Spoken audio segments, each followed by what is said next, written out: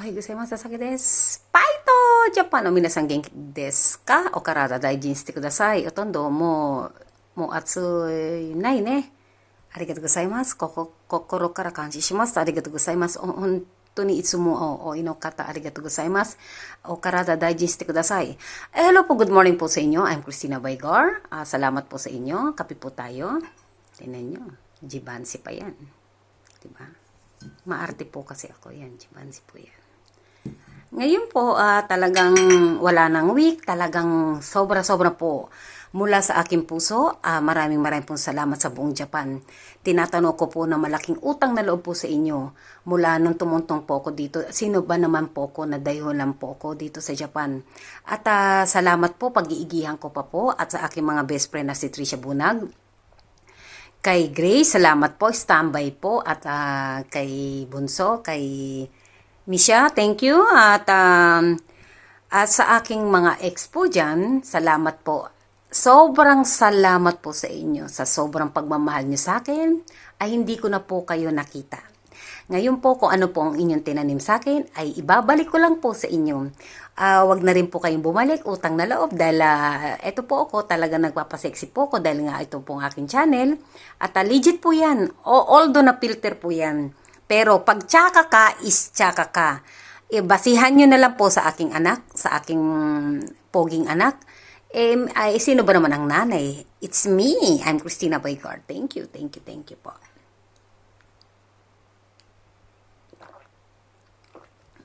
Diba? Pag mayayaman, malilit ang tasa. Pag yung ano lang po, pichel-pichel po, di ba? Ang hirap po mag-pretend ng, alam mo na. Pero po, hindi ko po sinasabi sa inyo, pumunta po ako dito at itong aking mga anak ay hindi po ko pinadanas kung ano man po naranasan ko ng ako'y bata. Hindi naman, although naman, hindi man talaga kami super hirap noon eh. Na-bankrupt lang ang aking father na si Manuel Mahinay Vigar Jr. po. I'm Christina Vigar. Ngayon po, kung dati po ay bumibili po ako ng attention, inaamin ko po yan. Pero pag wala kang padala, hindi mo mahagilap, etc. ang dahilan ninyo. Ngayon po, baliktad na po. Ako nagpapakahirap po, binabayaran ako ng dollars, ng yen. At ayoko po sana ng kayo po ang unang-unang may kasalanan. Unang-una, wala kayong maipakita sa akin, Senomar. Magkakasabwat nga kayo eh. Labis scam po ang nangyayari po. Sa lahat po ng OFW po dyan, wag po kayong sabik sa attention na nakilala nyo lang po sa Messenger, sa Facebook po. Kung ako po sa inyo, ang advice ko po sa inyo, papuntahin nyo yan sa mga barangay. Total, binigyan naman po kayo ng ID. Papuntahin nyo sa barangay, i-check nyo po sa City Hall para malaman ninyo kung totoong single yan. Huwag po kayong manghinayang. Kung manghihinayang kayo sa ganong barya, pero nagbibigay po kayo ng 30,000, 50,000, ano mas malaki doon? Tiyakin nyo po, payo ko lang po sa inyo, dahil po ang mga OFW po ay uhaw sa pagmamahal sa attention, dahil iba po ang mga, pero yung iba dyan, nananamantala. Hindi kayo marunong maawa sa mga OFW. Sa bagay, wala naman kayong mga konsensya, tabi-tabi sa, yung mga natatamaan. Dahil totoo kasi, di ba? Ngayon, sa edad ko po neto, ay hindi ko naman ang sarili ko sa'yo. Di hamak nga mabata ka, wala ka namang ipin, balyena ka pa. Excuse me for a while, di ba? Di ba? At ngayon, nakikibalita ka na lang sa best friend mo. Nahihiya ka sa balat mo kasi nga alam mo ginagawa mo. 'Di ba? Etc. Pero pag may padala, alas 4 pa lang nandiyan na kayo sa mga padalahan ng pera. Ngayon pa, 'di ba? Ayoko lang kasi dito bawal kasi dito ang ratrata ng murani, 'di ba? Kung ano man ang buhay ninyo, buhay niyo po 'yan. Magsumikap po kayo. At ako naman ay pinagpapawisan ko po ito. Na maswerte lang po ako dahil naging mabuti ang aking kapalaran dito. At talaga naman pinagsikapan po namin ng aking asawa. Maraming pong salamat sa iyo pa, kahit alam mo na. At salamat binigyan mo ko ng anak na talagang mababait at magaganda at pogi. At ano pa bang masasabi ko? Kung nagtatangga-tangga ako, karapatan ko yun. I'm artista na rin po ako dito eh. Di ba po? At kailan kayo babalik? Pag kumbaga may pain na pera, wag na po. Mapapaya po kayo dito. Dahil po, i-screenshot ko po kayo, ipopost ko po kayo sa YouTube at saka sa Facebook ko. Diba? Kasi, kung talagang mahal mo ko, ipinadadama, hindi pinagdadamot. Maraming paraan. Kahit man lang mag-fake account ka na nandito ako, kamusta ka na, kumain ka na. Ilang taon na. Diba? Kung ano-ano na lang paninira. Kasi hindi mo kayang tanggapin o tanggapin ninyo na inangatan ko kayo more than sa iyong mother. Diba? Masarap pong mangarap. Buti alam mo, ambisyosa po ko. May pangarap pa po ako. Diba? Kaya binablock ninyo ako. Takot kayo. Hindi nyo ako. Yan ba ang totoong pagmamahal nyo?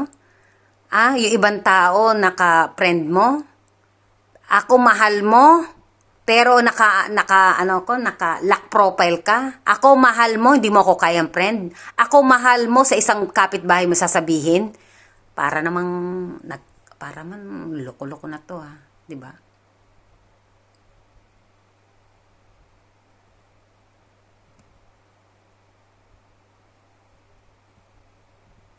Diba? Lokohan, 'di ba? Hindi niyo alam ino-okray ko din kayo. Alam nyo, nagtitest din ako no? Diba? Kaya, salamat po. At, buti nga, ganyan na lang Buti na lang kamo, bumili na ako ng bahay nito. Paano kung naubos ang pera ko sa inyo? At wala akong ganitong bahay. Diba? Ilang milyon po ito. Milyon po sa Japan. Ito po yung aking pagtanda ko po. Dahil ang mga anak ko, sinabi ko naman po sa inyo, si Shota may 2 bahay. Si Hitomi may sariling bahay. May sarili rin po akong bahay. Ngayon, sino po ang hindi maayos na pamumuhay natin? Sumagot ka nga, di ba? Sino sa atin ang maayos na kalagayan? Ikaw or ako? Pagmamalaki ko sa'yo lang. Di ba? Pinagpawisan namin to ng asawa ko. May mga sarili-sariling bahay ang mga anak ko. Yan pa ba ang hindi mabuting magulang? Ikaw, sama-sama kayo sa isang bahay halos wala na kayong matulugan, di ba? Excuse me. Di ba? Kung magkutsa-kutsa kayo, matanda-matanda, tignan mo ang mukha mo. Walang ipin. Diyos ko, naturing yung bata ka. Balye na diretso. Huwag mo ikumpara ang sarili mo, mapapaya ka. At saka kung anong ninyo, wala kayong patago sa akin, hindi po ko ATM ninyo. Na para loko-lokohin nyo na lang. Diba? Diba? Napakadamot nyo. Hindi nyo ako kayang i-friend. Hindi nyo ako kayang, Yan ba? Diyos ko, ako manghingilabot ako, wala akong donate sa'yo na, tapos lalapit ako sa'yo. Diyos ko, hindi ko kayang, hindi ko malulunok ang, ko po. Diba po? Yun lang po. Legit po yan. May tsura po ako. Kaya nga ayoko po sa unang Diba? Paano ba yan? Naumpisahan ko na. Watch me na lang, diba? Diba? Isa ka lang. 2.8 million ang nanonood sa akin. Konting adjust pag may time, Diba? Pinadama mo ba? Hinayaan mo lang ako, diba? Bagay, mas maganda hinayaan mo ko. Kasi naging dollars ang aking attention. Yung attention na binibigay ko sa inyo, na binibili ko, ay mababalik na sobra-sobra pa pala. Paano ba yan? Hanap na lang kayo pag may time sa iba. Diba? Lock profile, wag po kayo magtitiwala. Baka hindi nyo alam asawa na pala ang katext ninyo. Ingat-ingat po kayo mga OFW.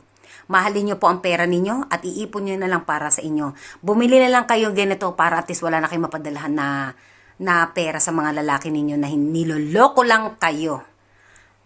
Ipacheck niyo po sa barangay hall, ipacheck niyo po sa City Hall kung talagang binata po yung kausap ninyo. Thank you po. Ingat po kayo. Salamat po. I'm Christina Boydor. Thank you.